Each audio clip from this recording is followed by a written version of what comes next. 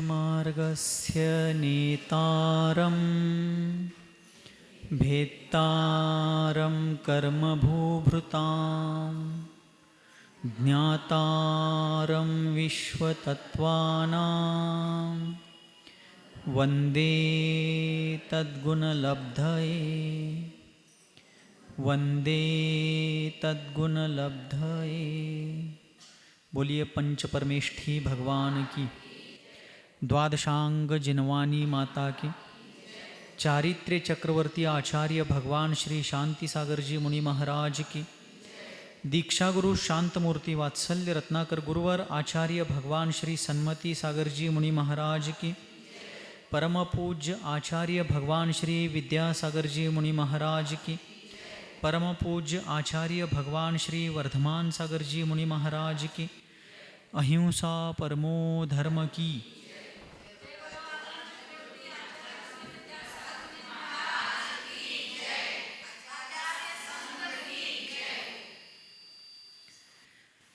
परम पूज्य आचार्य भगवान श्री उमा स्वामी जी महाराज द्वारा विरचित ग्रंथराज श्री तत्वार्थ सूत्र परमागम के पहले अध्याय का अध्ययन अपन कर रहे हैं, जिसमें विगत सत्र में अपन सभी ने मंगलाचरण में जिस इष्ट देवता को, सच्चे देव को नमस्कार किया गया, उनके आप्त के योग्य गुणों का वर्णन किया गया, जिसमें किसी का भी नामोल्लेख नहीं है, उनके गुणों का उल्लेख है। जो वीतरागी है, सर्वज्ञ है, हितोपदेशी है, ऐसे अरहंत भगवान को जिसमें नमस्कार किया गया, उनको हमने उनके जैसे अपने आत्मगुणों को प्रगटाने के उद्देश्य से वंदन किया है। इस बारे में विचार करके जब शिष्य ने पूछा कि आत्मा का हित क्या है, तब आचार्य महाराज ने उत्तर दिया कि सम्यक दर्शन ज्ञान चारित्राणि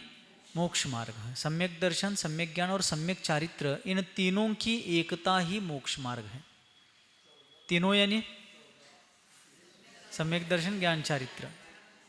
तो सम्यक दर्शन यानी जीव की जो श्रद्धा है, सम्यक यानी सच्ची, दर्शन यानी श्रद्धा, वस्तु के स्वभाव के अनुसार जो जीव की श्रद्धा है उसको सम्यक दर्शन कहते हैं।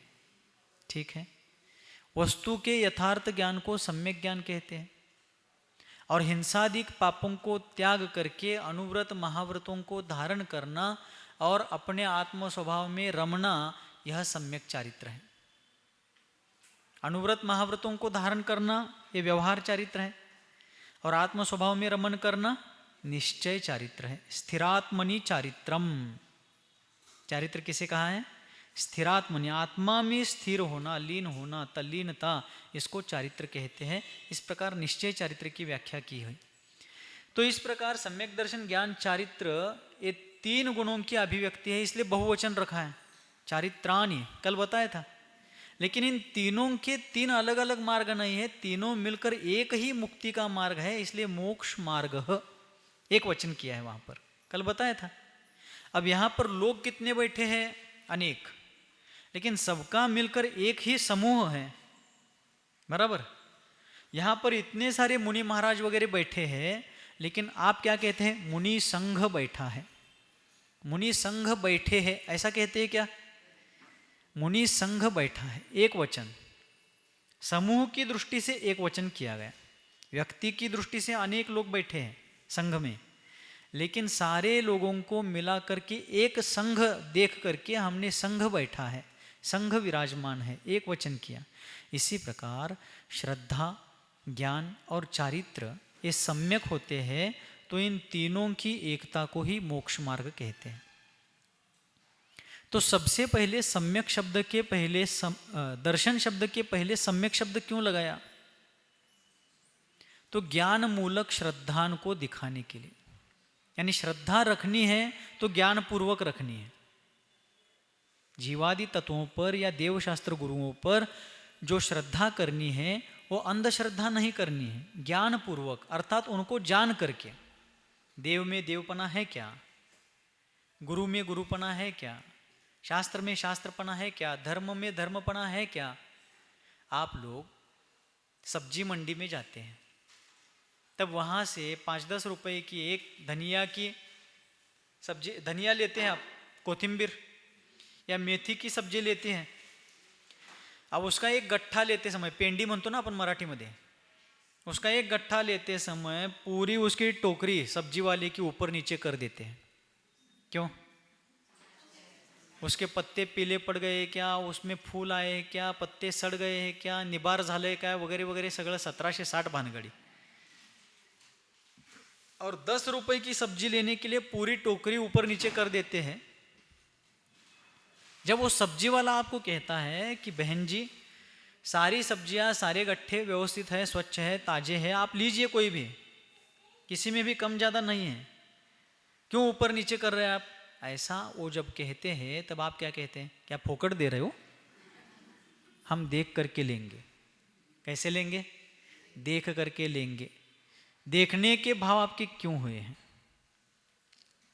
धोखा ना मिले। और वही मान लीजिए आपके पड़ोस में रहने वाले कोई सज्जन हैं जिन्होंने अपने खेत में मेथी की सब्जी की फसल ली है, मेथीचं पीक घेतलं ऊसामध्ये, आंतरपीक, और जब वो फसल पूर्ण रूप से निकालने के पक्व होने के कारण निकालने की उम्र में हो गई है तो उन्होंने निकाल करके बेच दिया, थोड़ा घर में लेकर आए हैं और पास पड़ोस वालों को थोड़ा थोड़ा पड़ोसी धर्म निभाने के लिए दिया है, शेजार धर्म। तो आपके हाथ में जब वो ला करके देते हैं तो आप उनके सामने ही देखते हैं क्या? पत्ते पीले पड़े हैं क्या, उसमें फूल आए हैं क्या, सड़ गए हैं क्या, उनको बड़ा गठ्ठा ज़्यादा दिया है और हमें छोटा दिया है, त्यांना मोठी पेंडी दिल्यात आम्हाला बारकी दिल्यात का, बघताय त्यांच्या पुढं का?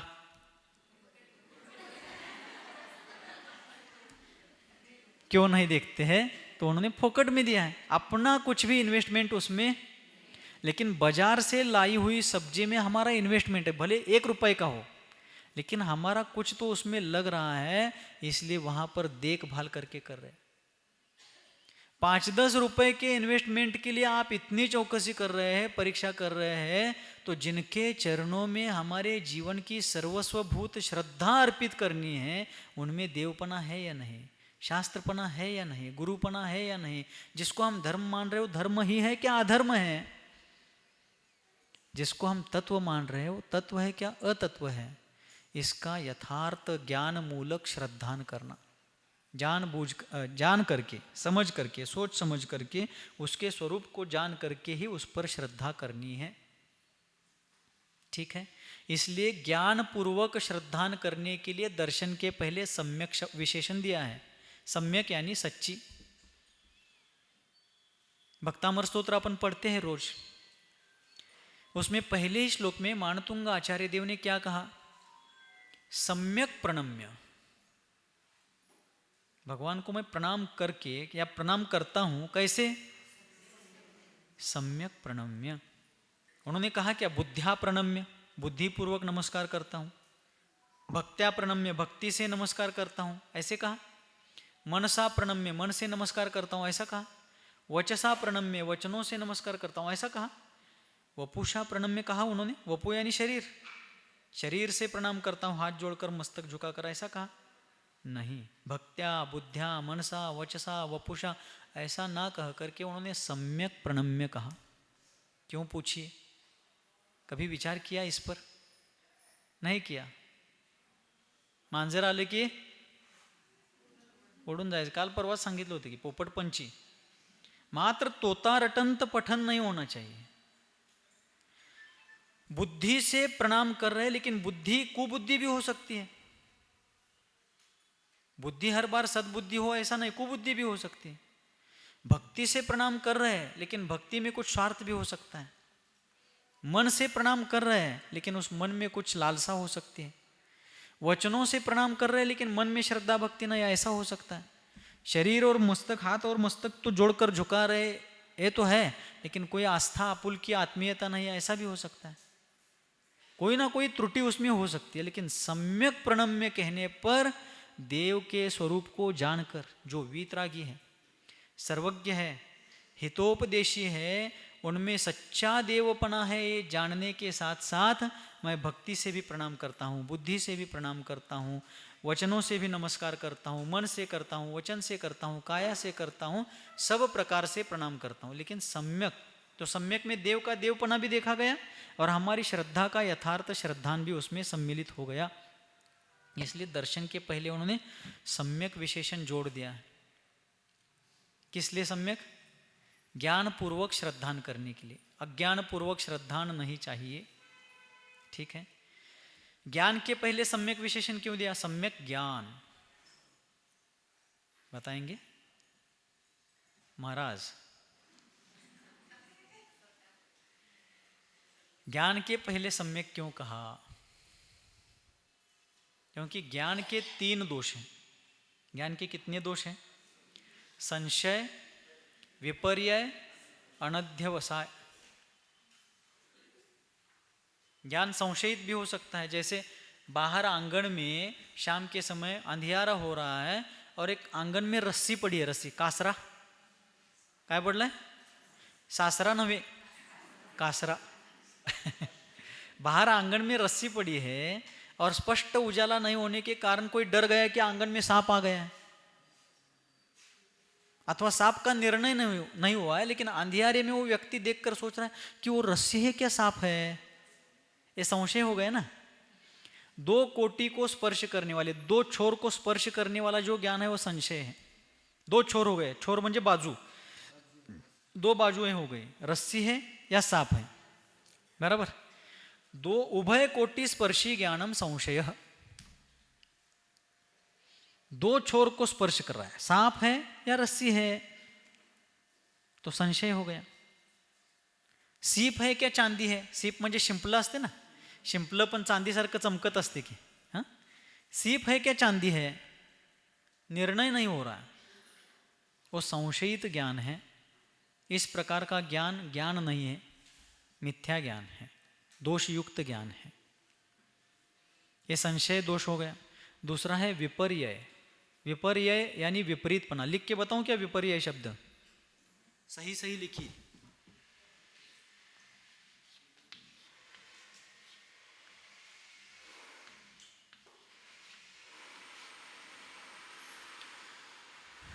विपर्यय यानी विरुद्ध 1 कोटि स्पर्शम विपर्यय। विरुद्ध बाजू को छूने वाला, अर्थात विपरीत निर्णय करने वाला ज्ञान। कैसे? आंगन में रस्सी गिरी है तो संशय में क्या हुआ, सांप है क्या रस्सी है, लेकिन विपर्यय ज्ञान में क्या हो जाता है, वहां सांप है तो रस्सी, लेकिन विपरीत ज्ञान हो गया। यहां सांप है क्या रस्सी है ऐसा संशय नहीं है, वहां निर्णय कर लिया लेकिन विपरीत निर्णय हो गया। रस्सी में सांप का निर्णय कर लिया, इसलिए विपर्यय। उसमें डाउट नहीं है, ये है क्या वो है, ऐसा नहीं है। सांप है तो रस्सी, लेकिन रस्सी को सांप मानने का विपरीत निर्णय हुआ, इसलिए उसको विपर्यय दोष कहते हैं। कड़ा लगले? सीप गिरा है, उसको चांदी गिरी है ऐसा समझना। सीप है या चांदी है ऐसा संशय नहीं। अब सीप को चांदी मान लिया, सीप को चांदी ऐसा जान रहा है, तो विपरीत जान रहा है, इसमें विपर्यय दोष आ गया। दूर कहीं ठूंठ है, ठूंठ म्हणजे आपण मराठीत झाडाचा बुंदा म्हणतो ना, वरनं एक 5-6 फुटाच्या वरनं झाडच तोडले, खालचा बुंदा तेवढा है, पेड़ की ठूंठ है, और शाम को अंधेरा हो रहा है, वहां मनुष्य खड़ा है क्या ठूंठ है, मनुष्य है क्या ठूंठ है, ये संशय हो गया। और संशय के बजाय वहां पर मनुष्य खड़ा है तो पेड़ की ठूंठ, झाड़ाचा बुंदा है, लेकिन उसको ठूंठ ना जान करके ठूंठ है क्या मनुष्य है ऐसा भी संशय ना करके सीधा उस ठूंठ को मनुष्य मान लिया, विपर्यय हो गया। ये दोष है ज्ञान का। और तीसरा है अनध्यवसाय। तीसरा दोष क्या है, देख करके लिखिए।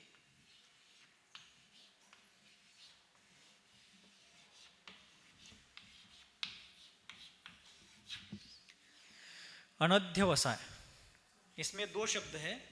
पहला है संशय।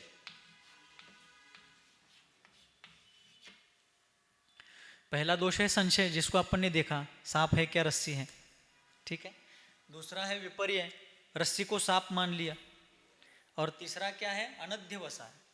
अनध्यवसाय 2 शब्दों की संधि से बना है, अन प्लस अध्यवसाय।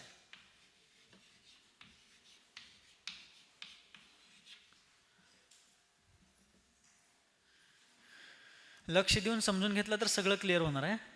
अब यहाँ देखिए, अनध्यवसाय में अन यानी नहीं, अन का अर्थ क्या? नहीं। कहीं पर भी अन लीजिए, अनेक, अन एक, एक नहीं है, अन यानी नहीं है, एक नहीं वो अनेक है, ठीक है। वैसे ही अन अध्यवसाय, अन यानी नहीं, अध्यवसाय का मतलब है निर्णय।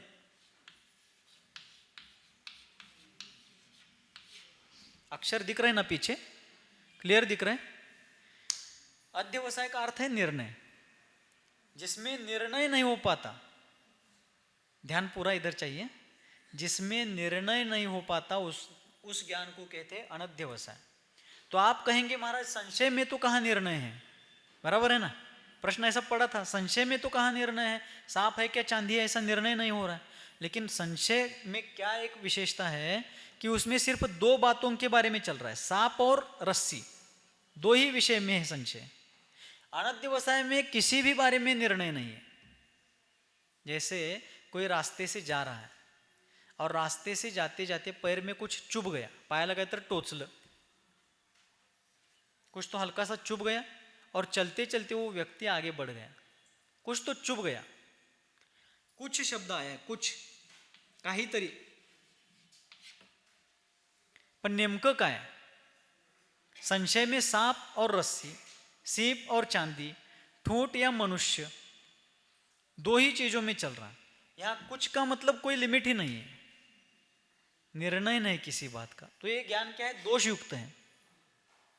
इसलिए संशय, विपर्य और अनध्यवसाय, इन तीनों दोषों को टालने के लिए, इन तीनों दोषों से रहित निर्दोष ज्ञान के लिए ज्ञान के सामने सम्यक शब्द लगाया है, ठीक है।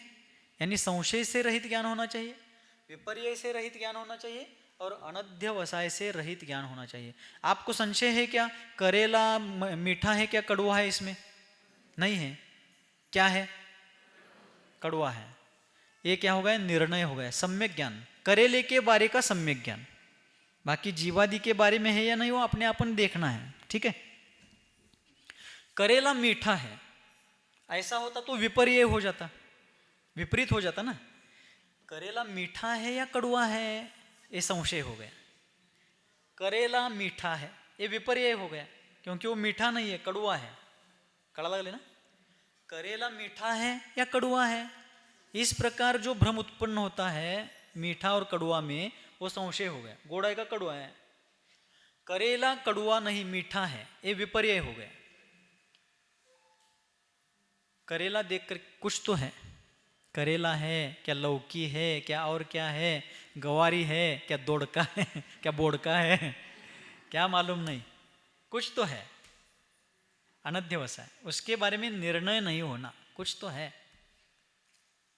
तो ये तीनों प्रकार के ज्ञान संशय रूप है, मतलब दोष रूप है। ये तीनों ज्ञान के दोष है, संशय रूप ज्ञान भी, विपरीत ज्ञान भी और निर्णय रहित ज्ञान भी दोष युक्त है। इन तीनों दोषों का निराकरण करने के लिए, इन तीनों दोषों का निषेध करने के लिए ज्ञान के पहले सम्यक विशेषण लगाया है, ठीक है। और चारित्र के पहले सम्यक विशेषण क्यों लगाया है? अज्ञान पूर्वक आचरण का निषेध करने के लिए। कैसे आचरण का निषेध? अज्ञान पूर्वक चारित्र नहीं होना चाहिए, अज्ञान पूर्वक व्रत संयम धारण नहीं करना चाहिए, जिसको अपन लोक भाषा में देखा देखी बोलते हैं, ठीक है। वो प्रतिमा ले रहा है इसलिए मैं ले रहा हूं, लेकिन प्रतिमा क्या कहलाती है, 12 व्रत क्या होते हैं, उसकी भावनाएं क्या होती है, उसके अतिचार क्या होते हैं, प्रतिक्रमण कैसे करना है, व्रतों को धारण करने के पहले तत्वार्थ श्रद्धान किस प्रकार होना चाहिए, साथ साथ अपने भोजन पान आदि की मर्यादा किस प्रकार होनी चाहिए, ये व्रत संयम सम्यक्तों के साथ धारण करना है, उसका उद्देश्य क्या है, इन सभी चीज़ों का सारभूत ज्ञान, बहुत ज़्यादा डिटेल्स, विद्वत्ता छोड़ दीजिए, लेकिन कम से कम बेसिक प्राथमिक ज्ञान तो होना चाहिए। लेकिन उस ज्ञान से रहित होकर अज्ञान पूर्वक आचरण करना। इन्होंने दीक्षा ली है इसलिए मैंने ली है, मुझे मुनिव्रत कुछ है, क्या है, कैसा है मालूम नहीं, व्रत संयम का कुछ भान नहीं है वगैरह वगैरह, तो उसका कोई मतलब नहीं है। ज्ञान पूर्वक संयम होना चाहिए, ज्ञान पूर्वक श्रद्धान होना चाहिए, ज्ञान पूर्वक ही आचरण होना चाहिए, और ज्ञान संशय विपर्य अनध्यवसाय से रहित होना चाहिए। कळा लागले? येतंय हळूहळू. ठीक आहे, मला या लागलंय म्हणल्यावर तुम्हाला येणारच. तो ज्ञान कैसा होना चाहिए? संशय, विपर्य और अनध्यवसाय से रहित होना चाहिए, और आचरण अज्ञान से रहित होना चाहिए. तो सबसे पहले आप प्रश्न पूछना चाहिए था आपके द्वारा कि सम्यक दर्शन सबसे पहले क्यों रखा है. तो उसका कारण है श्रद्धान सम्यक हो. दर्शन यानी श्रद्धा. श्रद्धान सम्यक हो तो ही ज्ञान सम्यक होता है. श्रद्धान सम्यक हो तो ही चारित्र सम्यक होता है. उदाहरणार्थ, आप लोग सभी गृहस्थ जीवन जीते हैं तो आपके व्यवहार में वो चीज़ आती है. पहले क्या करते थे, अब ऑनलाइन ट्रांजैक्शन आ गया, गूगल पे वगैरह सुनते हैं हम, फ़ोन पे, गूगल पे, बहुत सारी चीज़ें सुनने को मिलती है टेक्नोलॉजी के माध्यम से, सब विकसित हो गया है. लेकिन उसके पहले बैंकिंग में व्यवहार चेक से भी हुआ करते थे, आज भी होते रहते हैं. अब आपका जिस किसी भी बैंक में चेक के माध्यम से काम चलता है, आपने उस चेक पर बहुत सारे शून्य लिखे. चेक पर क्या कर दिया, बहुत से शून्य लिखे. आप बताइए दुनिया की कौन सी बैंक में आपका चेक भुनाया जाएगा? भुनाया जाएगा म्हणजे वटवलं जाणार. वटवणीच म्हणतात ना, चेक वटवणे. पाटील, चेक वटवणे म्हणतात, बरोबर. उसको हिंदी में भुनाना बोलते हैं. आपके चेक पर 000 बहुत सारे लिखे हैं. किस बैंक में, किस वित्त कोष में आपका चेक भुनाया जाएगा? जाएगा? नहीं जाएगा. और वही आपके चेक पर कोई भी एक अंक लिखा है,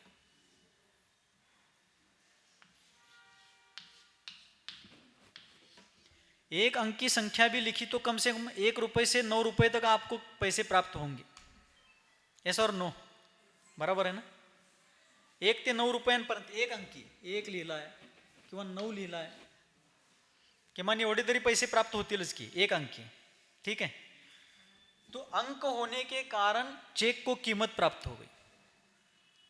अब शून्य के पहले यदि अंक आता है, कोई भी अंक 1 से लेकर 9 तक वाला कोई भी अंक आता है, तो इस अंक के कारण शून्य को कीमत प्राप्त हो गई. बराबर. और अंक के ऊपर जितने शून्य होंगे उतनी अंक की कीमत बढ़ेगी. दोनों तरफ से समझना है. बराबर. अंक के कारण शून्यों को कीमत प्राप्त हो गई, और जितने शून्य हैं उन शून्यों के कारण अंक की कीमत बढ़ गई. आचार्य नेमिचंद्र जी महाराज ने गोमटसार जीव कांड में एक सुंदर सूत्र दिया. अंकानाम वामतो गति.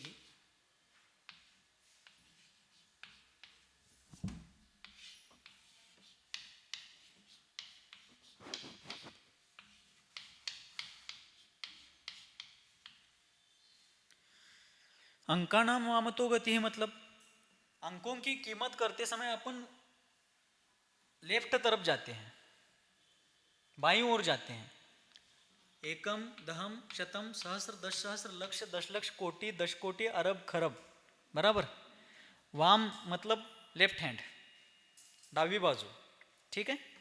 तो अपन इधर देख करके लेफ्ट में आ रहे हैं ना, एकम, दहम, शतम, सहस्र. तो इसलिए शून्यों के सामने अंक होने पर, शून्यों के पहले अंक होने पर शून्यों को कीमत प्राप्त हो गई, और जितने शून्य आगे है उतनी उस अंक की कीमत बढ़ गई. उसी प्रकार अंक मीन्स सम्यक दर्शन. अंक कौन है? सम्यक दर्शन है. सम्यक दर्शन के कारण ज्ञान और चारित्र को सम्यकपना प्राप्त होता है. अर्थात सम्यक दर्शन रूपी अंक के कारण ज्ञान और चारित्र रूपी शून्यों को कीमत मिलती है, और इस अंक के आगे जितने भी शून्य हो, ज्ञान, चारित्र, तप आदि, उतनी उस अंक की कीमत बढ़ती है, महिमा बढ़ती है. कड़े क्या? स्वर्ग में सिर्फ 2 ही अंक हैं देवगति में, सम्यक दर्शन, सम्यक ज्ञान. सभी को होते हैं ऐसा नहीं है, लेकिन सम्यक दृष्टि देव देवियों को इसमें से सम्यक दर्शन, सम्यक ज्ञान ही होता है, चारित्र वहां पर नहीं है. नरक गति में भी सम्यक दर्शन सम्यक ज्ञान दो ही हो सकते हैं, सबको नहीं होते, लेकिन जो सम्यक दृष्टि होती है उनको सम्यक दर्शन सम्यक ज्ञान दो ही होते हैं। तिर्यंच गति में सम्यक दर्शन सम्यक ज्ञान और सम्यक चारित्र का अनुवृत्तक देशवृत्तक है, पूरा शून्य को नहीं किया है, आधे शून्य तक अंडरलाइन किया है, ठीक है। तो देव गति और नरक गति के भी जीव सम्यक दृष्टि जीवों से ज्यादा महान पुण्यशाली जीव, महान प्रभावशाली जीव तिर्यंच गति के हैं, जो सम्यक दृष्टि है वो। क्यों? वो देश चारित्र को भी धारण कर रहे हैं, अनुव्रतों को भी धारण कर रहे हैं। और मनुष्य गति के जीव सम्यक दर्शन सम्यक ज्ञान सम्यक चारित्र इनको धारण करके सम्यक तप आदि के माध्यम से अष्ट कर्मों को नाश करके पंचम गति को प्राप्त होता है, सिद्ध गति को, परमात्मा ही बन जाता है। तो जिस सम्यक दर्शन रूपी अंक के ऊपर जितने ज्ञान चारित्र आदि शून्य हैं, तो सम्यक दर्शन रूप अंक के कारण ज्ञान चारित्र आदि को कीमत प्राप्त हो गई। और सम्यक्त्व के साथ होने के कारण ज्ञान चारित्र तप आदि के कारण सम्यक्त्व पूजनीय हो गया।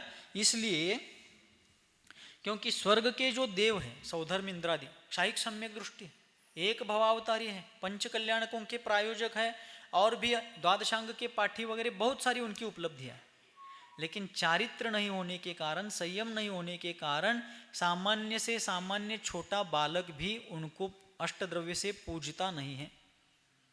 हाँ, उनके प्रति सम्मान की भावना है, वे साधर्मी है, सम्यक दृष्टि है, जिनेन्द्र भक्त है वगैरह वगैरह, उनके प्रति आदर है, लेकिन पूजा नहीं होगी। कब तक? चारित्र जब तक नहीं होगा, संयम जब तक नहीं होगा, तब तक पूजन नहीं है। तो अंक के कारण शून्यों को कीमत मिल गई और शून्यों के कारण अंक की कीमत बढ़ गई। एम आई राइट और रॉन्ग? बराबर है। इसलिए सम्यक दर्शन ज्ञान चारित्राणि मोक्ष मार्ग, ज्ञान चारित्र के पहले सम्यक दर्शन होना चाहिए। सम्यक्त्व के कारण ही श्रद्धान सच्चा हो तो ही ज्ञान सच्चा है, और श्रद्धान और ज्ञान सच्चे हैं तो ही वो सच्चा चारित्र धारण कर सकता है। और इन तीनों को यथार्थ रूप से धारण करेगा तो ही अष्ट कर्मों को नष्ट करके सिद्धत्व को प्राप्त कर सकेगा, अन्यथा नहीं। कड़ा लागले? इस प्रकार इस सूत्र में आचार्य महाराज ने सम्यक दर्शन ज्ञान चारित्र इन तीनों की एकता को मोक्ष मार्ग कहा है। तो शिष्य प्रश्न करता है कि हे आचार्य महोदय, आपने कृपा करके मोक्ष मार्ग के बारे में बताया कि सम्यक दर्शन ज्ञान चारित्र मोक्ष मार्ग है, मुक्ति का उपाय है। कल बताया था मार्ग शब्द का अर्थ क्या है? उपाय। मार्ग यानी डामर का रास्ता, सीमेंट का रास्ता नहीं लेना है। मार्ग का अर्थ इस प्रकरण में उपाय लेना है। उपाय किस लिए? कल बताया था, हमें अनादिकाल से एक अपाय हुआ है। काल सांगितलं होतं की कौन सा अपाय हुआ है? जन्म जरा मृत्यु रूपी भव रोग, यह हमें अपाय हुआ है, और उस अपाय का उपाय है सम्यक दर्शन ज्ञान चारित्राणि मोक्ष मार्ग। यहाँ मार्ग शब्द में जो मोक्ष मार्ग शब्द में जो मार्ग शब्द है उसका अर्थ लेना है उपाय। कळलं? अब आगे शिष्य पूछता है कि गुरुदेव, आपने जो कहा सम्यक दर्शन ज्ञान चारित्राणि मोक्ष मार्ग, उसमें जो सम्यक दर्शन कहा है उसका मतलब क्या है? सम्यक दर्शन किसे कहते हैं? तो आचार्य महाराज तत्वार्थ सूत्र के प्रथम अध्याय का दूसरा सूत्र कहते हैं। बोलिए, तत्वार्थ श्रद्धानम सम्यक दर्शनम। तत्वार्थ श्रद्धानम सम्यक दर्शनम। बोलिए 3 बार।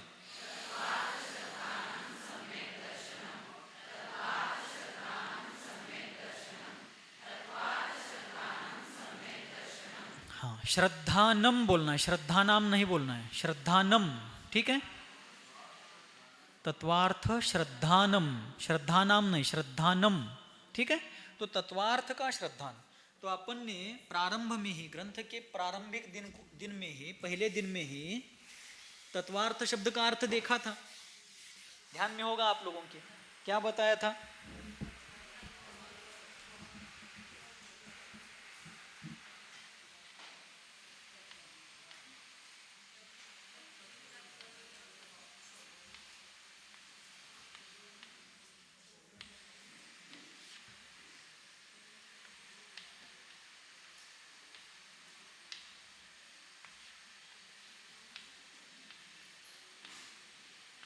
तत् यानी वह, तत् का मतलब क्या है? वह। त्व यानी स्वभाव,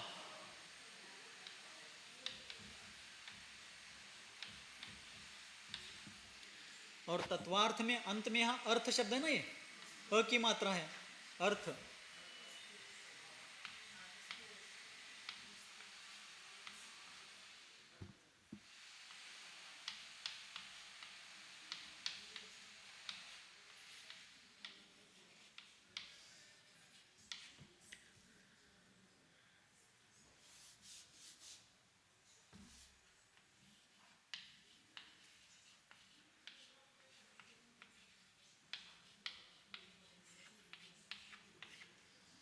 अर्थ शब्द का अर्थ क्या है? वस्तु। वस्तु मीन्स जीवादि द्रव्य। वस्तु का अर्थ क्या है? जीवादि द्रव्य। तो यहां देखिए, वह यानी कौन? वस्तु। वस्तु मीन्स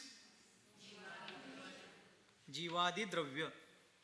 वह यानी तत् यानी वह, वह अर्थात जीवादि द्रव्य, वह जीवादि द्रव्य और उनका स्वभाव, इन दोनों का श्रद्धान करना है, वस्तु और उसका स्वभाव। ठीक है। उदाहरणार्थ, करेले को तो हमने मान लिया, लेकिन उसके स्वभाव को नहीं माना तो जो वस्तु है और उसका जैसा स्वभाव है, उन दोनों का जैसा का तैसा श्रद्धान करना है।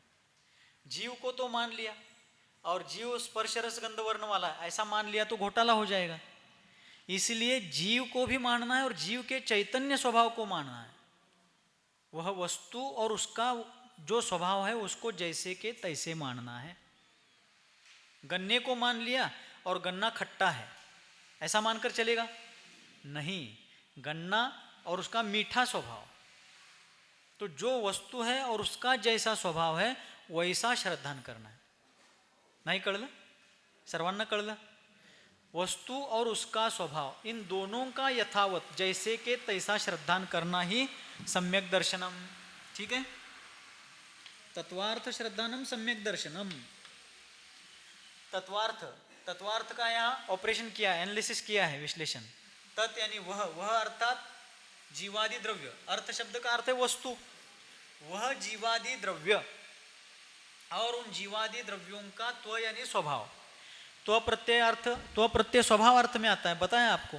जैसे प्रभुत्व, प्रभुपना, प्रभुता, त्व और ता।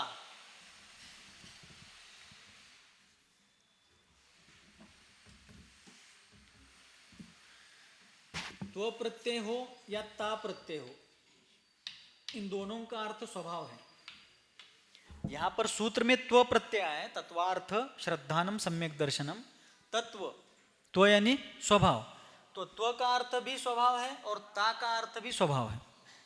प्रभुता, प्रभुत्व, मनुष्यत्व, मनुष्यता, गुरुत्व, गुरुता, शिष्यत्व, शिष्यता, मातृत्व, मातृता, पितृत्व, पितृता, दोनों का अर्थ एक ही है। त्व और ता दोनों प्रत्ययों का अर्थ स्वभाव है। वस्तु और उसका स्वभाव, तो वस्तु कौन कौन है? जीवादि द्रव्य। द्रव्य कितने हैं?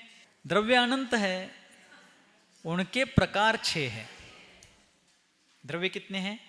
अनंत है और उनके प्रकार 6 है। ठीक है।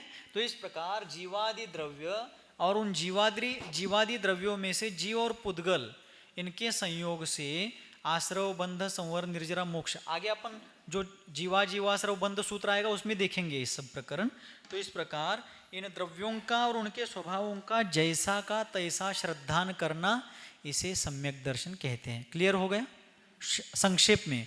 बाकी इसका कितना विश्लेषण करे उसके लिए एक जन्म कम है। फिर अपने अपने बुद्धि अनुसार अभी प्रारंभिक पढ़ करके फिर सर्वार्थ सिद्धि टीका है, तत्वार्थ राजवार्तिक है, तत्वार्थ श्लोक वार्तिक है, तत्वार्थ वृत्ति है, इत्यादि टीका ग्रंथ आप लोग भी पढ़िए, मैं भी पढ़ूंगा। और मुझे तो नहीं मिल रहा है, आपको कभी गंधहस्ती महाभाष्य मिले यदि कदाचित तो पढ़ लीजिए। दुर्भाग्य से वो ग्रंथ जर्मनी में है, ऐसा कहा जाता है, अपहृत किया गया है, लेकिन उस ग्रंथ में बहुत सारा वर्णन समंतभद्र आचार्य महाराज ने किया। ऐसा कहा जाता है कि जर्मनी, जापान, ये देश जो टेक्नोलॉजी में आज दुनिया में सबसे आगे हैं, एडवांस है, वो उस ग्रंथ के कारण है। समंत भद्र आचार्य देव द्वारा विरचित जो गंधहस्ती महाभाष्य ग्रंथ तत्वार्थ सूत्र के ऊपर टीका लिखी गई है, उसका अध्ययन करके उन्होंने इतना तंत्र ज्ञान में विकास किया। और जो जहां उत्पन्न हुआ वे लोग वैसे ही गरीब रह गए। देखिए पुण्य पाप का खेल ऐसा होता है। फिर भी जितना आज हमारे पास है वो भी कुछ कम नहीं है। तो तत्वार्थ श्रद्धानम सम्यक दर्शनम, शिष्य ने पूछा था कि सम्यक दर्शन किसे कहते हैं, तो उसके उत्तर के लिए उन्होंने सूत्र दिया कि तत्वार्थ श्रद्धानम सम्यक दर्शनम। अब शिष्य फिर से पूछता है कि गुरुदेव, जीवादि द्रव्यों का श्रद्धान करने को सम्यक दर्शन कहते हैं, तो वह सम्यक्त्व कैसे प्राप्त होता है, उस सम्यक्त्व की उत्पत्ति कैसे होती है? ऐसा प्रश्न होने पर आचार्य महाराज आगे तीसरा सूत्र कहते हैं, तन निसर्गा। बोलिए बोलिए, तन निसर्गा दधि गमाद्वा, दधि नहीं दधि, दधि गमाद्वा, तन निसर्गा दधि गमाद्वा, तन निसर्गा दधि गमाद्वा। 3 बार बोलिए।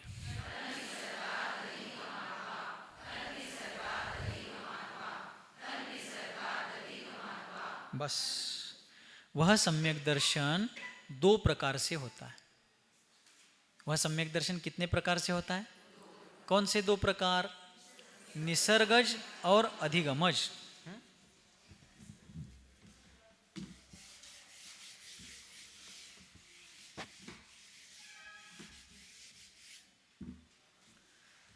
सूत्र में क्या लिखा है?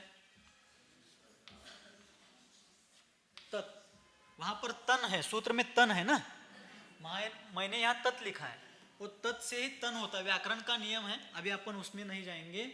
तत् यानी वह सम्यक दर्शन। तत् का अर्थ क्या है? वह सम्यक दर्शन, शॉर्ट में लिखा है मैंने यहां पर। तो तत् का अर्थ सम्यक दर्शन कैसे लेना है? क्योंकि अपन अभी तीसरा सूत्र पढ़ रहे हैं, बराबर? तो दूसरे सूत्र में सम्यक दर्शन के बारे में पढ़े हैं, तत्वार्थ श्रद्धानम सम्यक दर्शनम, उसके बाद ये सूत्र आया है। तो दूसरे सूत्र में किसका उल्लेख है? सम्यक दर्शन का। तो तीसरा सूत्र में जो प्रारंभ में तत् शब्द आया है, तत् यानी दूसरे सूत्र में जिसके बारे में कहा गया वह सम्यक दर्शन। तत् का अर्थ क्या है? वह सम्यक दर्शन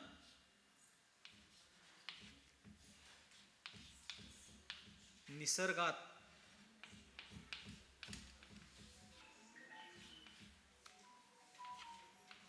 वा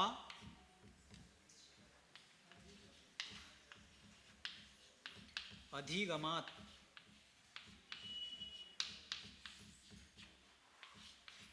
इधर ध्यान चाहिए पूरा।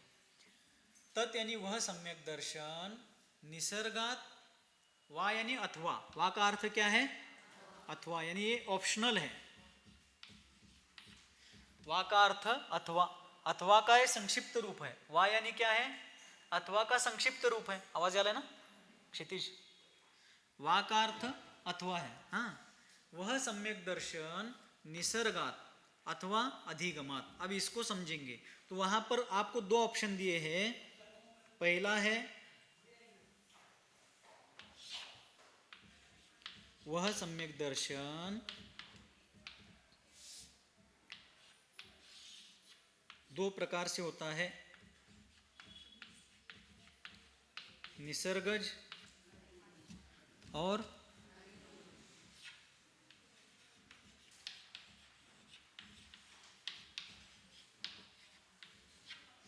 अधिगमज।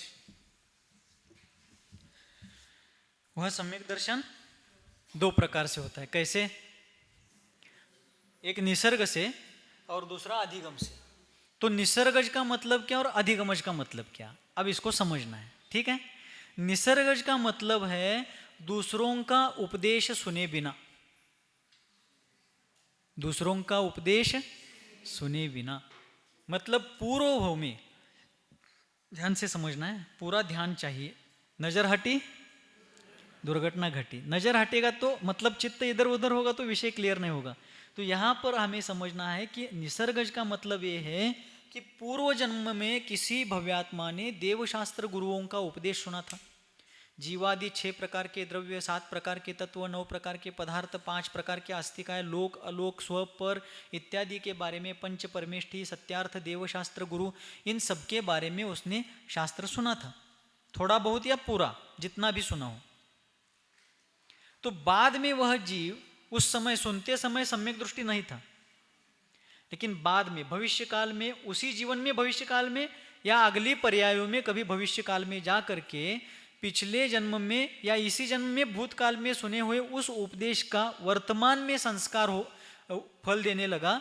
और वर्तमान में अभी यहाँ रिसेंटली किसी का भी उपदेश सुने बिना पूर्व संस्कारवश, पूर्व में सुने हुए शास्त्र उपदेश आदि के कारण वर्तमान में शास्त्र ना सुनते हुए भी जो सम्यक दर्शन अपने आप होता है उसे निसर्गज बोलते हैं।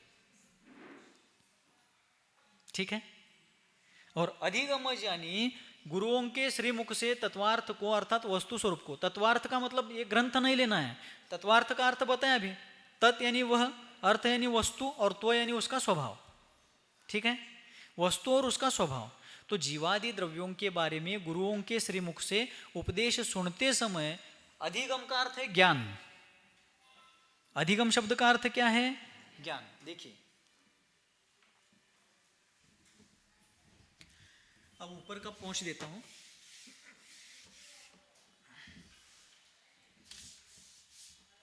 संस्कृत में एक धातु आता है गम, धातु यानी क्रियापद, वर्ब। ठीक है, गम गच्छ गच्छति, ऐसा उसका रूप बनता है। तो गम धातु गत्यर्थक है। गम गच्छ गच्छति यानी जाता है, गच्छति यानी जाता है, गच्छ यानी जाओ। ठीक है, तो गम धातु गत्यर्थक है, जाने आने के लिए है। तो जो गत्यर्थक धातु होते हैं वह ज्ञान के लिए भी आते हैं, उसके माध्यम से ज्ञान का भी बोध होता है। तो यहाँ अधिगम, यहाँ गम है ना, तो यहाँ अधिगम आया है, देखिए। ठीक है, तो अधिगम का अर्थ है ज्ञान। अधिगम का अर्थ क्या है? ज्ञान। तो गुरुओं के मुख से तत्वार्थ को सुनते समय, वस्तु स्वरूप को सुनते समय या सुनते सुनते जिस जीव को इस ज्ञान के कारण सम्यक दर्शन होता है उसको अधिगमज सम्यक दर्शन कहते हैं। और भूतकाल में कभी सुने हुए शास्त्र के संस्कारों के कारण वर्तमान में ना सुनते हुए भी जो सम्यक दर्शन अपने आप होता है वो निसर्गज है। ठीक है, पुस्तक में आपके यहाँ एक तालिका दी है, उदाहरण दिए उसमें। जैसे कांटे की नोक होती है, गुलाब का कांटा है, बबूल का कांटा है, उस कांटे की नोक निसर्गता है, प्राकृतिक रूप से है।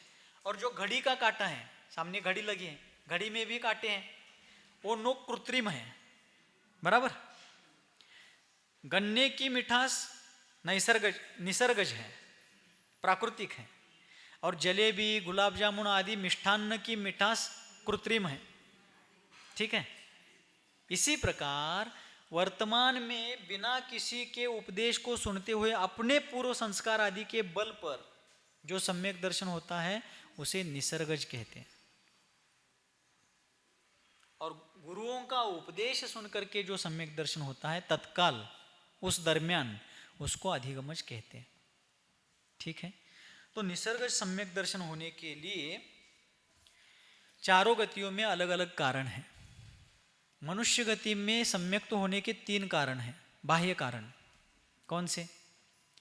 जिन बिंब दर्शन, भगवान की प्रतिमा का दर्शन। अपन दर्शन करते हैं भगवान का, सचमुच करते हैं क्या? सिर्फ माता रख करके चले जाते हैं? नहीं, श्रद्धा भक्ति पूर्वक उनका दर्शन करना चाहिए। मात्र फॉर्मेलिटी के रूप में घर वालों ने भेजा है, पहले क्या हमारे पूर्वज आते थे इसलिए हम आ रहे, ऐसा दर्शन नहीं करना चाहिए। प्रभु का दर्शन उनके प्रभुत्व को समझ करके करना चाहिए कि ये वीतरागी है, सर्वज्ञ है, हितोपदेशी है, मोक्ष मार्ग के नेता है, अरहंत है, 18 दोषों से रहित है, हमारे लिए तारन तरन शरण है। इस प्रकार श्रद्धा भक्ति से उनके द्रव्य गुण पर्यायों को समझ करके दर्शन करना चाहिए। कंटाला है। कुंद भगवान ने प्रवचन सार ग्रंथ में गाथा बताई है। जो जानदि अर्हंतम दवत्त गुणत्त पज्जयत्येहिम सो जानदि अप्पानम मोहो खलु जादि तत्सलयम। भगवान कुंद आचार्य देव कहते हैं, जो जानदि अर्हंतम, जो अर्हंतों के स्वरूप को जानता है। कैसे जानता है? द्रव्य गुण और पर्यायों के माध्यम से। तो कैसे महाराज? द्रव्य यानी अरहंत का द्रव्य यानी उनका जीव, वो जीव द्रव्य है ना, अरहंत भगवान भी जीव द्रव्य है, ये हो गया द्रव्य। गुण अनंत ज्ञान, अनंत दर्शन, अनंत सुख, अनंत वीर्य इत्यादि उनके प्रकट हो चुके गुणों की दृष्टि से उनको जानता है। नहीं तो सिर्फ ये हमारे भगवान है। कैसे भगवान है वो मुझे मालूम नहीं, हमारे दादा दादी कहते थे, इसलिए मैं उनको भगवान कहता हूँ। इसका कोई ज़्यादा औचित्य। अरहंतों को जो द्रव्य गुण पर्यायों के माध्यम से जान करके, जो जानदि अर्हंतम, जो अर्हंतों को द्रव्य गुण और पर्यायों के रूप से जानता है, सो जानदि अप्पानम, वही अपने आत्म स्वरूप को जानता है, जान सकता है। और खलु यानी निश्चय से, तस्य मोहम खलु, मोहो खलु तस्य जादि लयम, उसका मोह निश्चय से लय को, नाश को प्राप्त होता है। वह जीव भी तत्काल या कालांतर में अरहंत बनेगा, सिद्ध बनेगा। इसलिए दर्शन एक क्रिया मात्र नहीं है, फॉर्मेलिटी मात्र नहीं है। उस दर्शन में अपने आत्म उत्थान का शिलान्यास छिपा हुआ है, प्रभु का दर्शन। तो द्रव्य तो अरहंत भगवान का जीव हो गया। गुण अनंत चतुष्टय अभी बताया था, वीतरागता, सर्वज्ञता, हितोपदेशिता, ये सच्चे देव का लक्षण हो गया। और उनके आत्मिक गुण है अनंत ज्ञान आदि, और साथ साथ ये गुण हो गए। और पर्याय है अरहंत अवस्था, चार घातिया कर्मों का क्षय करने के कारण उस आत्मा की परमात्म दशा जो प्रकट हो चुकी है, उसका श्रद्धान करना। यानी द्रव्य के रूप में, गुण के रूप में और पर्यायों के माध्यम से उनके स्वरूप को जान करके जो अपने आत्मा का भी स्वरूप वैसा है ऐसा श्रद्धान करता है, उसका मोह निश्चय से नष्ट हो जाता है। वह भी अरहंत सिद्ध दशा को तत्काल या कालांतर में प्राप्त करता है। तत्काल यानी चतुर्थ काल में। समोशरण में दर्शन किया, श्रद्धा उत्पन्न हो गई, वही के वही वैराग्य हुआ, दीक्षा भी ली, और तत्काल अंतर मुहूर्त में भी केवल ज्ञान हो सकता है। और कुछ जीवों को उसी भव में कुछ काल बाद या अगले भव में भी हो सकता है, होता है। इसलिए दर्शन सामान्य बात नहीं है। भगवान का दर्शन एक सामान्य क्रिया नहीं है, एक महान घटना है, एक महान सौभाग्यशाली घटना है। इसलिए भगवान का दर्शन पूरे बहुमान श्रद्धान के साथ हम लोगों को करना है, ठीक है। इसलिए मनुष्य गति में एक कारण है जिन बिंब दर्शन। तो भगवान के दर्शन के लिए किसी को भी रोकना नहीं, रोकना है। घर के लोग दर्शन के लिए जा रहे हैं, हाँ अभी क्या तुम बूढ़े हो गए क्या मंदिर जाने के लिए, बाद में जाओ, बहुत भयंकर कर्म बंध होता है, अति तीव्र। किसी के भी दर्शन में विघ्न नहीं डालना चाहिए। हाँ, दर्शन के लिए जाने वालों को भी विवेक रखना चाहिए। मंदिर गए तो उधर ही कल भी आकड़े इतनी गोतीत निम्ग कल भी आकड़े कौन भी आकड़े मण्यागिनावर खोईदार आपले घंटा बारसको। ऐसा नहीं करना चाहिए, बैलेंसिंग होना चाहिए, संतुलन होना चाहिए। मंदिर गए हैं, श्रद्धा भक्ति पूर्वक भगवान का दर्शन, स्तुति, स्तोत्र, उनका अष्टद्रव्य से पूजन, अपने अपने भूमिका के अनुसार अभिषेक पूजन आदि करके अत्यंत विनयावनत होकर के उनका दर्शन करने के उपरांत शीघ्रातिशीघ्र पुनर्दर्शन हो, ऐसी भावना रख करके अपने कर्तव्य की ओर गृहस्थ आगे बढ़ता है। नहीं तो मंदिर गए तो मंदिर में ही बैठ गए, घर में विवाद बढ़ गए, ऐसे भी नहीं होना चाहिए। संतुलित दृष्टि से सारे कार्य होने चाहिए। तो आचार्य कहते हैं जिन बिंब दर्शन पहला कारण है। दूसरा कारण है जाति स्मरण, पूर्व भव की किसी विशेष घटना का स्मरण होना। और तीसरा कारण है धर्मोपदेश, गुरुओं के मुख से, ज्ञानियों के मुख से तत्वार्थ का उपदेश सुनने को मिलना। तत्वार्थ का अर्थ फिर एक बार बता रहा हूँ, तत्वार्थ यानी ये ग्रंथ नहीं, वस्तु स्वरूप का उपदेश सुनने के लिए मिलना। इन कारणों से मनुष्य और तिर्यंच गति, दोनों गतियों में ये तीन कारण हैं। चार में से दो गतियाँ, मनुष्य और तिर्यंच गति में तीन कारण हैं। तिर्यंचों को भी जिन बिंब दर्शन से सम्यक दर्शन होता है ऐसा कहते हैं। पिछले वर्ष हम श्रवण बेलगोला जा रहे थे और सागर के पास थे हम। कर्नाटक में एक सागर पड़ता है, अभी जो चारुकीर्ति स्वामी जी हैं वे सागर के हैं। तो सागर के दरमियान से एक सफेद कुत्ता हम लोगों के साथ चलने लगा। लगभग 250 किलोमीटर हमारे साथ चल करके आया मूसलाधार बारिश में। 4 महीने श्रवण बेलगोला में रहा। कोई महाराज चंद्रगिरी पर जाते उनके साथ जा रहा है, कोई महाराज विंध्यगिरी पर जाते उनका साथ जा रहा है। और बैठता कहाँ था? जिधर चौके लगते थे, श्रेयांश भवन वगैरह उधर मठ के पीछे देखा होगा आप लोगों ने, श्रेयांश भवन के चबूतरे पर बैठता था ऐसा द्वारपाल की तरह। महाराज लोग आहार को जाते थे, तब महाराजों के आहार के बाद वो संत भवन तक आता था वो कुत्ता। और जब विहार होने लगा वहां से, 11 नवंबर को इन लोगों ने विहार किया वहां से, वयोवृद्ध महाराजों ने। और 2 दिन बाद 13 नवंबर को हम लोग निकले, क्योंकि दोनों के अलग अलग रूट थे। हम लोग इधर दूर से धर्मस्थल मूडबिद्री करके आए, हमारा अंतर ज़्यादा था, तो हम लेट निकले, तो इनके साथ जाने लगा। तो उसको रोका गया, पकड़ा गया, क्योंकि अभी विहार में कब तक चलेगा, कहाँ तक चलेगा, इसलिए उसको रोका गया। लेकिन दूसरे तीसरे दिन जब हम लोग चलने लगे तो हमारे साथ पीछे पीछे आ गया। लेकिन हमारा विहार रोज 35 kilometre, 38 kilometre, 40 kilometre, 32 kilometre, 30 kilometre, धर्मस्थल तक आ गया, 200 किलोमीटर आ गया फिर। लेकिन चल चल करके उसके पैरों में सूजन आ गई, पाय सूजले थे। फिर धर्मस्थल से जब हम लोग विहार करने लगे, उसका ऋणानुबंध वही तक था, वहां रुक गया। लेकिन बेलगोला में रुके या धर्मस्थल में, धार्मिक जगह पर रुक गया, बहुत अच्छा हो गया। लेकिन सभी महाराजों के साथ वहाँ चंद्रगिरी पर जाता था, विंध्यगिरी पर जाता था, आहार करके आते समय महाराजों के साथ संत भवन तक आता था। देखिए, हाँ, हम लोग आते समय 9-10 महाराज थे। तो किनके साथ? मेरे साथ। मैं सबसे सीनियर था, इसलिए मेरे साथ। ऐसा कोई पक्षपात उसको नहीं था, ऐसा नहीं था उसका। कुछ महाराज जल्दी निकलते थे, कुछ लेट निकलते थे। आता आमच्याकडे गावच्या उसावरी असणार, कोणाचा निरोप आलाय, कोणाचं काहीतरी कामकाज आहे, ते आवरून आम्ही सगळ्या उसावरी माडी उनुलद खुत्ता, आम्ही ते आवरून निघणार, आम्हाला लेट होणार निघायला। ज्यांच्याकडे हे काय कामं असणार नाही, जबाबदारी असणार नाही, त्यांचं त्यांनी लवकर निघणार। तो जो महाराज पहले निकलते थे वो उनके साथ लग गया पीछे, ऐसा करता था। किसी को भी कोई उपद्रव नहीं करता था, इतना गुणवान कुत्ता था। सचमुच पूर्व जन्म का कुछ संस्कार था उसको, लेकिन दुर्भाग्य से तिर्यंच गति में गया। लेकिन उसने इतने कालावधि में जो अर्जित किया है, वास्तव में उसकी भविष्य की गति बहुत अच्छी होने वाली। हाँ, और हमारे साथ चलने वाले लोग भी इतने दयालु थे। विहार जिस दिन वहाँ पर मुकाम, कहीं पर भी मुकाम के लिए पहुँचते थे, आहार के लिए सुबह रुकते थे, शाम को मुकाम के लिए, तो साथ में चलने वाले युवा वर्ग के हमारे लोग उस कुत्ते के पैर दबाते थे। क्यों? वो चल करके आया है, उसके पैर सूज रहे हैं, उसको भी तकलीफ हो रही है। उसको रोज साथ वाले लोग जो भोजन करते थे उसमें से उसको खिलाते थे, दूध पिलाते थे, बकेट में, छोटे बकेट में दूध पिलाते थे उसको। तिथं भी हाय गए वे। उसका पालन पोषण तो बहुत अच्छे से हो गया। त्याला बाळसाल तर चांगलं गुटगुटीत झालं ते। नाही, चेष्टा नाही, खरं सांगा लागलोय।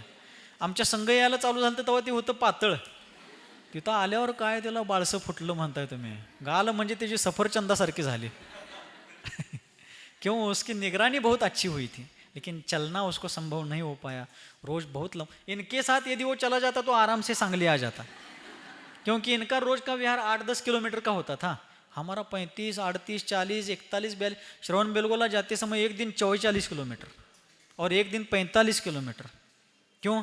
21 दिन में लगभग 700 किलोमीटर जाना था जाते समय। आते समय थोड़ा समय ज़्यादा था, इस कारण वो कुत्ते की भागा दौड़ी ज़्यादा हुई, लेकिन उसको तकलीफ होते हुए भी वो श्रद्धा भक्ति से चलता रहा। अंततोगत्वा रुक गया, लेकिन तिर्यंच गति में भी जिनबिंब दर्शन ये कारण बताया है। हाँ, इतनी खबरदारी लेनी है कि कुत्ता, बिल्लियाँ आदि पशु मंदिर आदि पवित्र क्षेत्र में कोई गंदगी ना करे। लेकिन यदि उनको भी दर्शन करने की अनुकूलता होती है तो उनको दर्शन से रोकना नहीं चाहिए। मेंढक का उदाहरण अपन जानते ही है। श्रेनिक राजा के हाथी के पैर तले कुचल करके मर गया, लेकिन स्वर्ग गया, क्योंकि भगवान के दर्शन को जाने के भाव थे। जीवनधर कुमार ने कुत्ते को नमस्कार मंत्र बताया वगैरह वगैरह। तो पशु भी, संगी, पंचेंद्रिय, तिर्यंच भी इन 3 कारणों से सम्यक दृष्टि हो सकते हैं, सदगतिगामी हो सकते हैं। ठीक है। तिर्यंच गति में भी जिनबिंब दर्शन, जाति स्मरण और धर्मोपदेश, ये 3 कारण हैं। नरक गति में और कारण है, वहाँ जिन बिंब दर्शन नहीं है, लेकिन वहाँ वेदनानुभव। वहाँ कौन सा कारण है? वेदनानुभव। नरकों की शीत वेदना, उष्ण वेदना, भूख की वेदना, प्यास की वेदना, मारकाट की वेदना, वहाँ के जमीन की वेदना, वो सब तीसरे अध्याय में आएगा तब देखेंगे। लेकिन उन वेदनाओं के कारण त्रस्त होकर के कभी कभी वो नारकी सोचने लगता है कि मैंने ऐसा क्या किया है जो मुझे भोगना पड़ रहा है।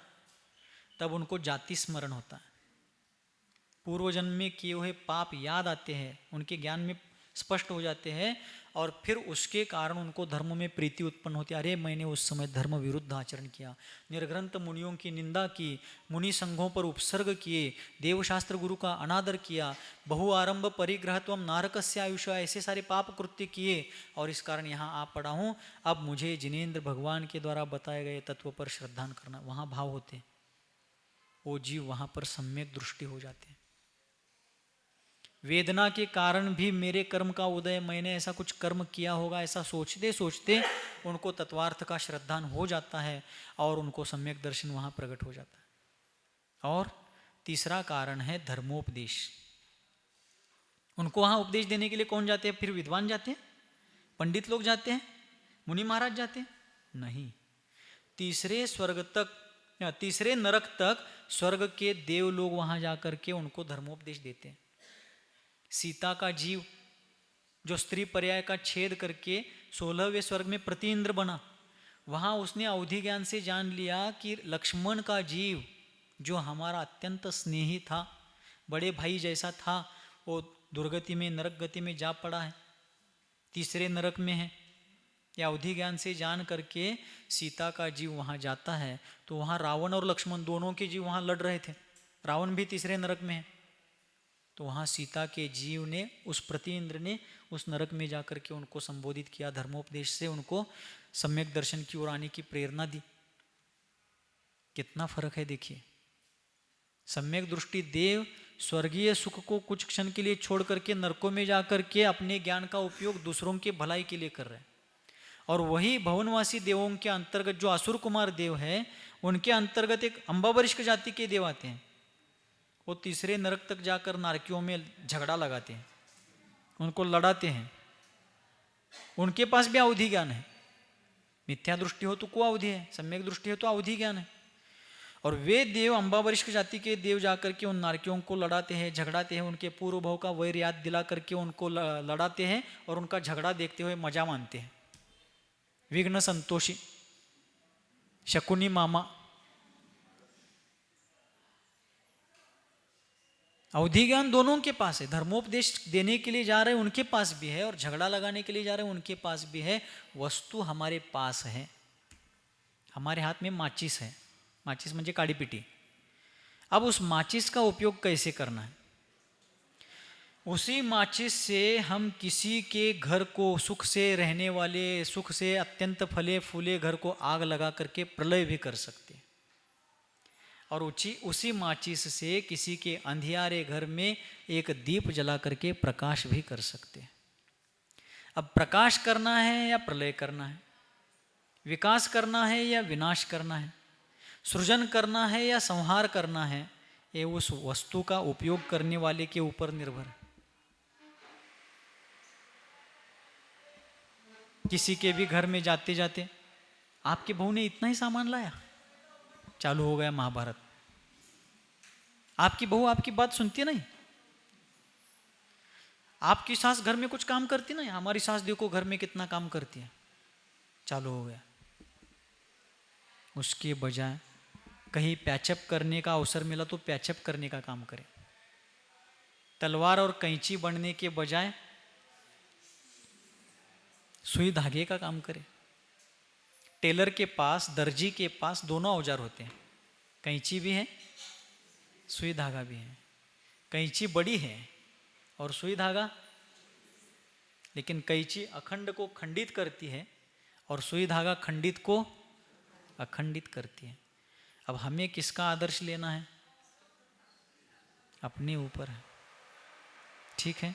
और कभी भी एक बात हम सभी लोग, आप सभी लोग नहीं कह रहा हूं, हम सभी लोग याद रखिए, इसमें और इसमें बहुत अंतर है।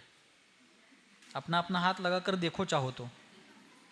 दिखने के लिए तो 4 उंगलियों का है, लेकिन वैसे तो जमीन आसमान का अंतर है। किसी की भी बात सुनकर किसी के भी बारे में निर्धारण नहीं करना चाहिए। इतने कर्मों का बंध होता है कि उसकी गिनती नहीं कर सकती। मान लीजिए मुझे इनके बारे में ईर्ष्या है, इनके बारे में मुझे क्या है, ईर्ष्या है, इनके बारे में मत्सर के भाव है मेरे मन में, और आप लोग मुझे मानते हैं, और मैंने इनके बारे में आपको जो कुछ भी मुझे लगता था वो बता दिया, और आप मुझे मानते हैं, इसलिए मेरी बातों को सुनकर के आपने अपना दृष्टिकोण मेरे वचनों के अनुसार इनके बारे में बना लिया। लेकिन वे ऐसे नहीं थे। लेकिन आपने सत्य को जानने के बजाय मेरे वचनों को सुनकर के इनके बारे में ऐसी अवधारणा कर ली, निर्णय कर लिया, तो कैसे कर्म का बंध होगा? मुझे तो होगा ही, अनडाउटेडली होगा। आपको बहुत तीव्र कर्म बंध होता है। प्रथमान योगों में ऐसे सैकड़ों हजारों उदाहरण भरे पड़े। इसलिए किसी की बात सुनकर दूसरे किसी के ऊपर ऐसा अपना एक संकीर्ण दृष्टिकोण धारण करना बहुत गलत है। निंदा, एकाध बार किसी की निंदा पाप बंध का कारण तो है ही, लेकिन निंदा से भयावह कर्म बंध का कारण है अपवाद, अवर्णवाद। निंदा किस बात की जाती है? गलत बात की। लेकिन अवर्णवाद, अपवाद, जो जैसा नहीं हो उसके बारे में वैसा फैलाना, विपरीत प्रचार, अपप्रचार भयंकर कर्मबंध का कारण है। इसलिए नरकों में जाने वाले, वे झगड़ा लगाने वाले जो देव हैं वो भी अवधि ज्ञानी, और धर्मोपदेश देने के लिए स्वर्ग से वहाँ का सुख छोड़कर वहाँ जाने वाले वे भी अवधि ज्ञानी हैं। दोनों अपने अपने ज्ञान का उपयोग कैसा कर रहे हैं, और जैसा कर रहे हैं वैसा उनको रिजल्ट मिलने वाला है। इसलिए हम लोगों को अपने द्वारा कहीं भी किसी के जीवन में खलल ना पड़े, इस बात का ध्यान रखना चाहिए। तो इस प्रकार निसर्ग सम्यक दर्शन के बारे में और जो विषय बचा है अगले सत्र में देखते हैं। बोलिए गुरुवर आचार्य भगवान श्री सन्मति सागर जी मुनि महाराज की। बोधि समाधि परिणाम शुद्धि स्वात्मोपलब्धि शिव सौख्य सिद्धि चिंतामणिं चिंतित वस्तु दाने त्वां वंदमानस्य ममास्तु देवी। नवजाप्य।